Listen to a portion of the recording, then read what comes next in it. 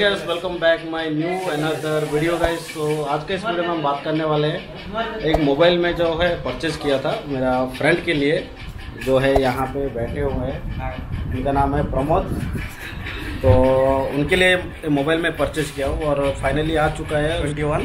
तो फाइनली आज जो है रिसीव में कल परचेज़ किया था फ्राइडे को, और आज सैटरडे फाइनली आज मुझे रिसीव हो चुका है 1 डे में।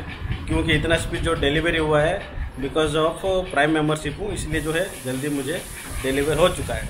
तो आज हम इसको अनबॉक्सिंग करेंगे और इसमें क्या क्या फीचर्स है आपको मैं आगे वीडियो में दिखा दूंगा। तो चलिए अभी वीडियो को चालू करते हैं और अनबॉक्सिंग करते हैं मोबाइल। और रिक्वेस्ट है, चैनल पे नया है तो गाइस चैनल को सब्सक्राइब करके बाजू में जो बेल आइकन उसको प्रेस कर लीजिए ताकि आने वाला हर वीडियो का नोटिफिकेशन आपके पास जल्दी पहुँच सके। Let's be start the